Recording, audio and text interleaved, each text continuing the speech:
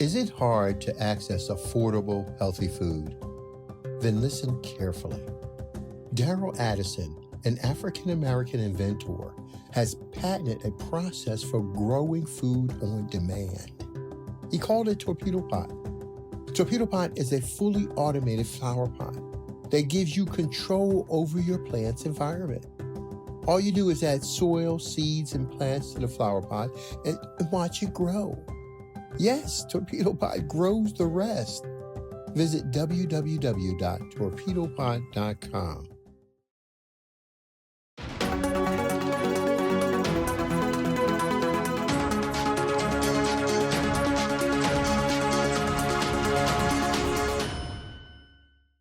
So they have this, young man that's going to be sitting in a college, room. His girlfriend has a roommate, and the roommate is a Chinese girl. Well, the dad shows up, and the young man did not have on a mask, okay?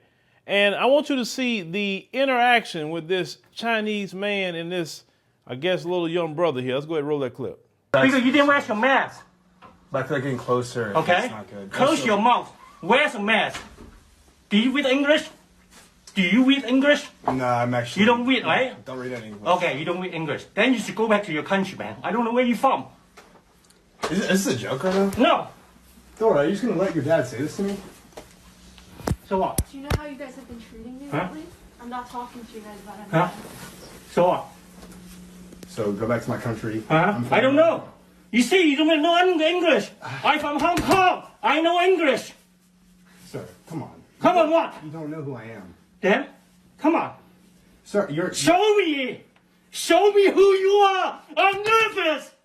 Are you going to get your husband, ma'am? Because he's yelling at me, trying to get me... Did I get... Yeah, beat me. I'm Come not- on. I'm so scared. I'm scared.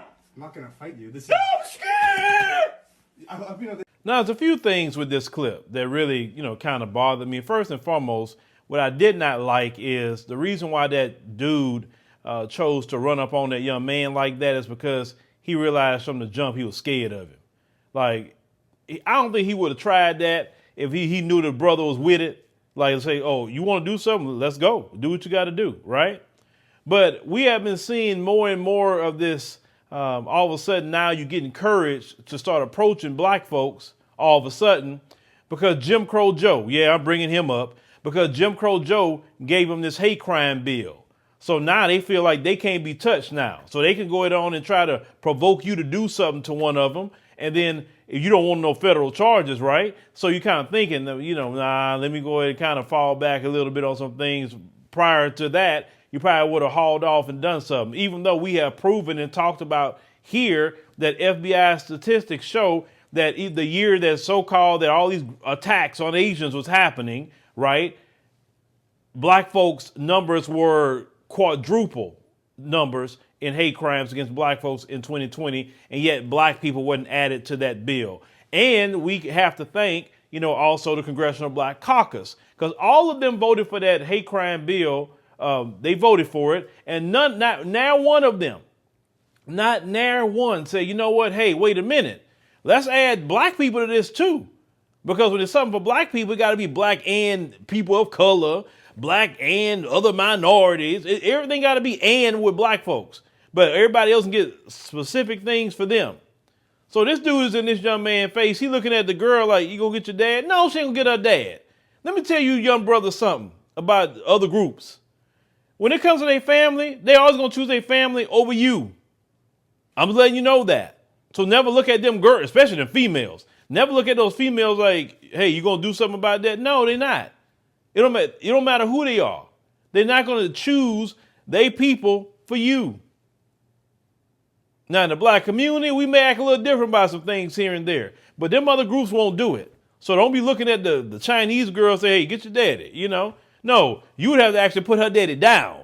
I'm talking about with a fist for him to get it. But he read that you were scared from the get-go. That's why he got in your face like that. Understand? We've been seeing all these different incidents that's going on. Black folks better start standing up and defending themselves and teach your sons to be men.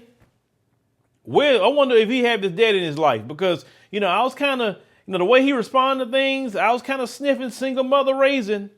Let's call it what it is, because single mothers cannot teach their sons to be men. If you have a son as a single mother, make sure you put him around your brothers, your uncles, your cousins, or somebody that's real men, because you are not capable of teaching them how to be men. You're just not capable. And a lot of women also understand that. Sure, you can teach them to be good men, moral men. It's fine. You can teach them the things that you know.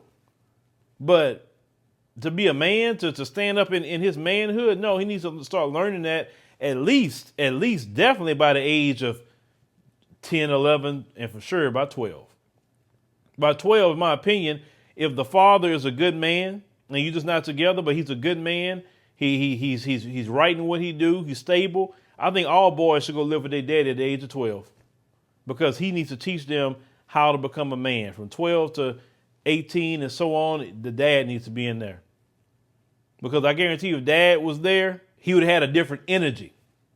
He definitely would have had a different energy, and I don't think that Chinese man would have tried him like that if he read that energy off of him. Because I never had problems like that with nobody, even at his age. I never had them kind of problems. But I was raised around a lot of strong black men that didn't take no crap, and still don't take no crap to this day, even at the age they are now. And you got to start teaching that to your sons. You know, you be peaceful with all people, but the moment you cross the line, oh, it's time to head bust now. Period. Ain't no turn no other cheek. No, hell no. Because these people now, they getting a little bold. And you know what I'm saying? They got, like the old people say, you need to get put back in your place. But, you know, thank Jim Crow Joe for this, you know. And once again, this is what a lot of people went vote for, right? You stood in line, and yet that dude got a hate crime bill. He didn't even stand in line like y'all stood in line. He didn't have no souls to the polls. He wasn't ski-weeing and all that other things to the polls. He wasn't doing that, was he? All y'all stood in line and all day long. And this dude here, now he bold as hell because he got a hate crime bill. That's something that you can't get, and you've been suffering for hundreds and hundreds of years. But leave me a comment. Let me know what you think about the situation with this little young brother here. And I hope this young brother learned a lesson. I hope he learned a good lesson. And maybe you need to get around more people in the community, because we don't allow things to go down like that.